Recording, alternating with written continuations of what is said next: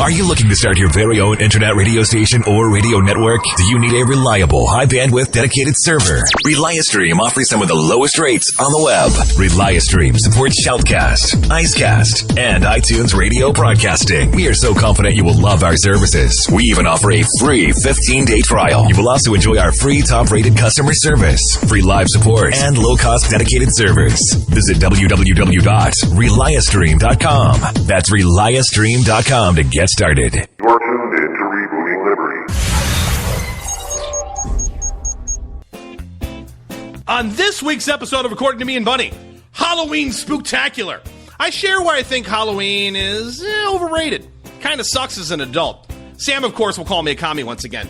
Plus, we'll talk Halloween candy by state, live taste test on the air, Halloween-related stuff. Very special asshead of the week, but we start with the GOP debate and our thoughts. That's now on According to Me and Bunny.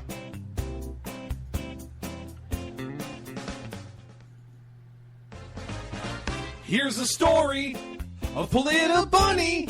Annoying liberals on Twitter was her goal. She had a radio show, and it was badass, with lots of fans and lots of trolls. Here's the story of a guy named Jason who had an awesome internet talk show of his own. There were lots of voices on the air together, but he did it all alone. And one day Bunny messaged him on Facebook, and they knew the NSA would be appalled that these two would do a show together. And now you're about to hear what it is called. According to Me and Bunny. According to Me and Bunny. This is the theme song for According to Me and Bunny. From the Kensington Place Studios, this is According to Me and Bunny, Barack Obama and Donald Trump's second most hated internet radio program. The 2-hour show that lasts 60 minutes. And during those next 60 minutes, sit back, be prepared to be informed, entertained, possibly offended.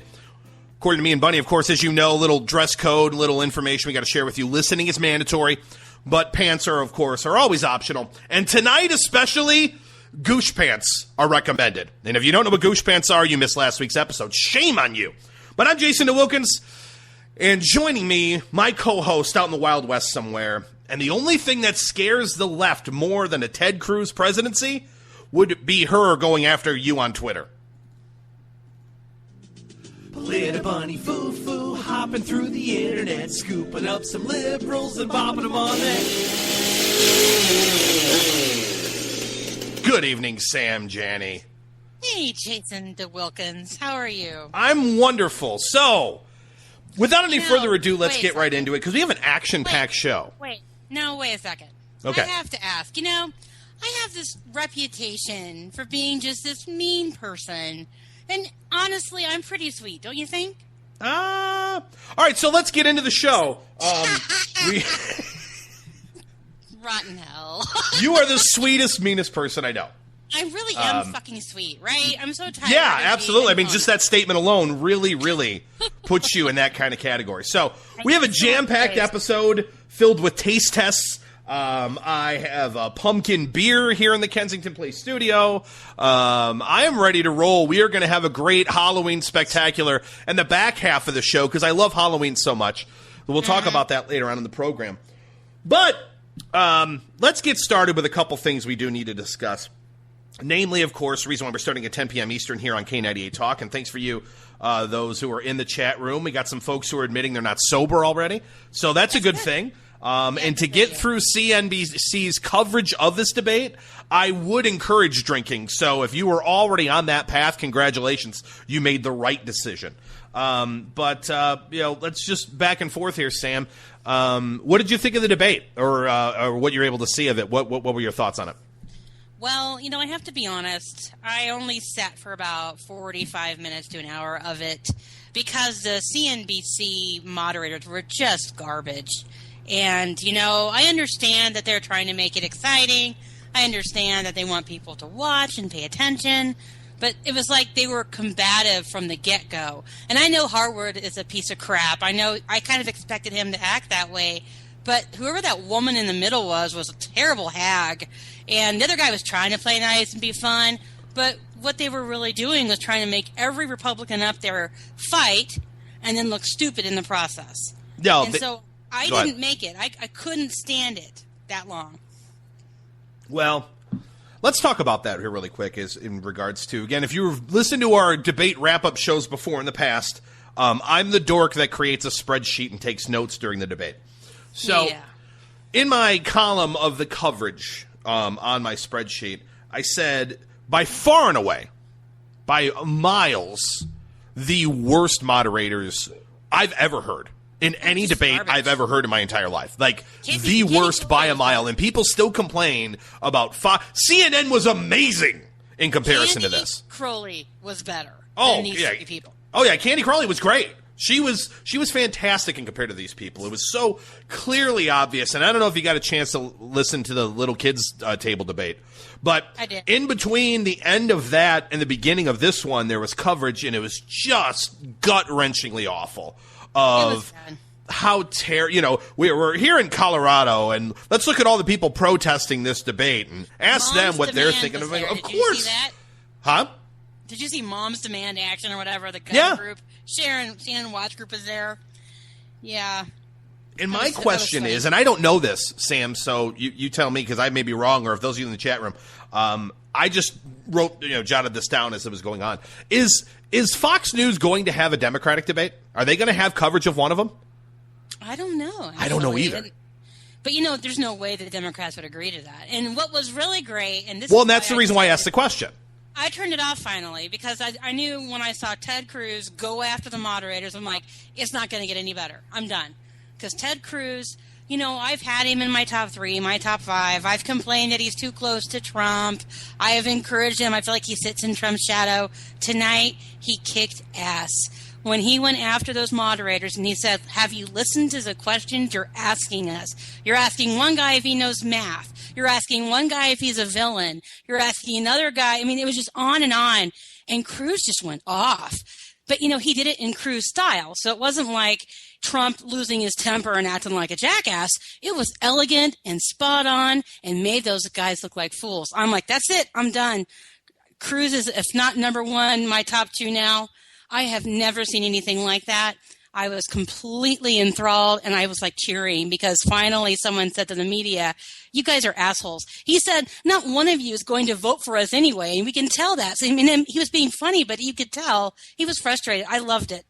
No, it was fantastic. And then Rubio later on actually said, if we're being challenged on super PACs and all that, you want to know the biggest super PAC on the Democratic Party, it's the mainstream media. Yeah. And huge applause for Rubio on that. And I got lots of thoughts in regards to kind of who did what, the good, the bad, and the ugly as far as my overall assessment on the candidates and what they thought. Let's start with your favorite person, Sam. What did you think of Donald Trump this evening?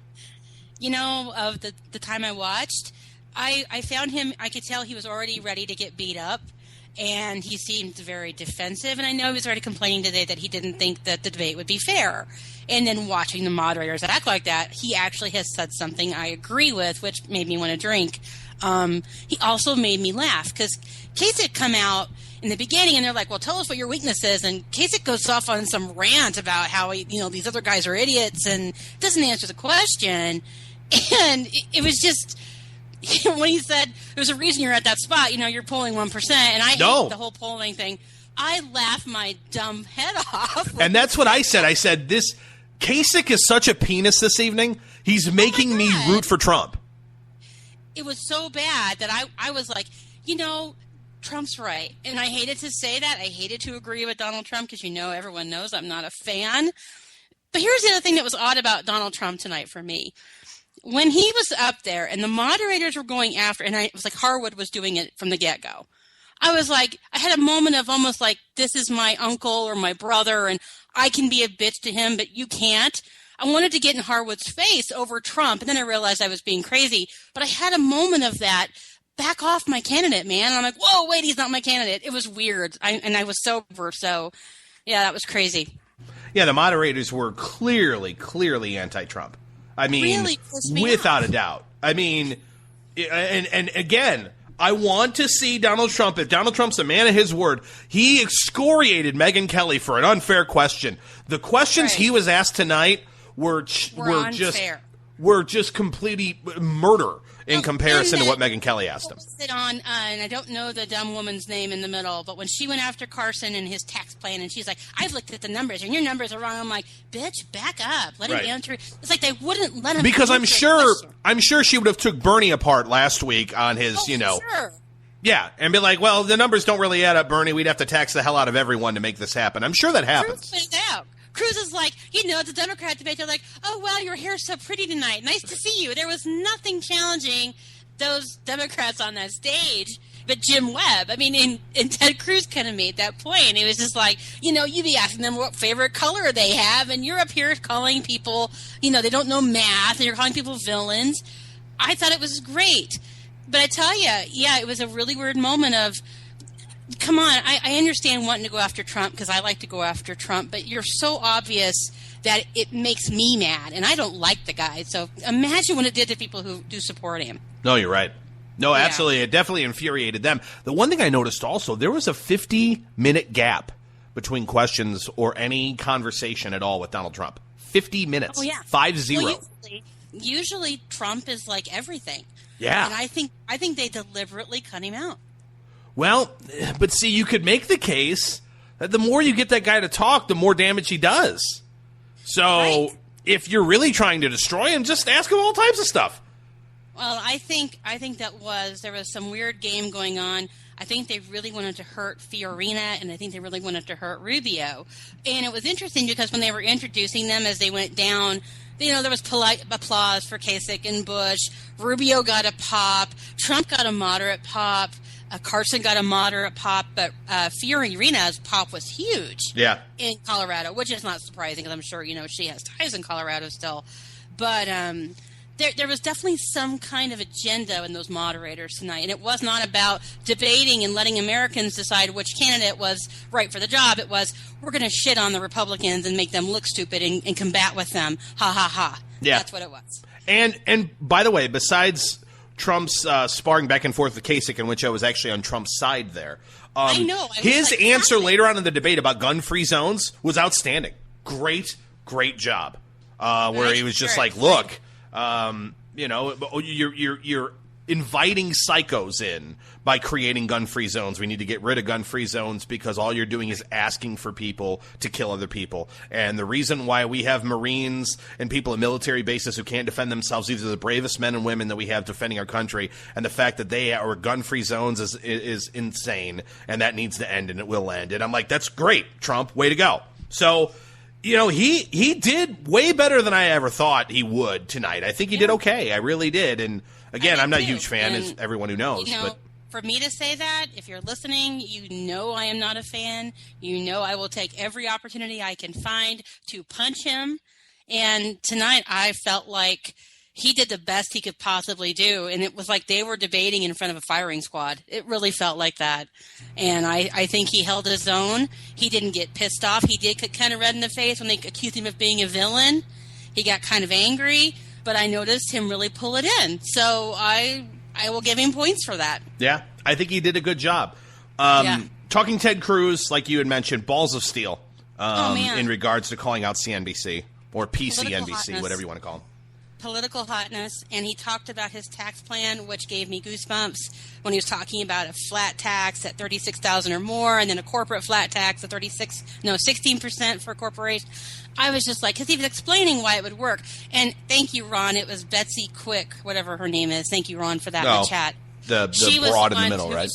She was mocking Carson about how it was a tithe and 10% wouldn't be enough, and we'd have a $2 trillion deficit. She was a hag. I wanted to hit her.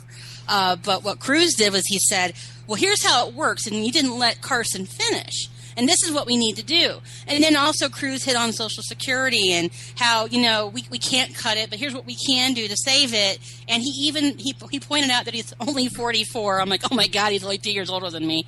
But he points out he's 44, and he says, people in my generation have never expected to get Social Security. Never, because we've always just assumed it's going to be gone. And his ideas for making sure we have Social Security when we get older were brilliant. I mean, when he got to talk policy, I'm a Cruz fan, man. I thought that was awesome.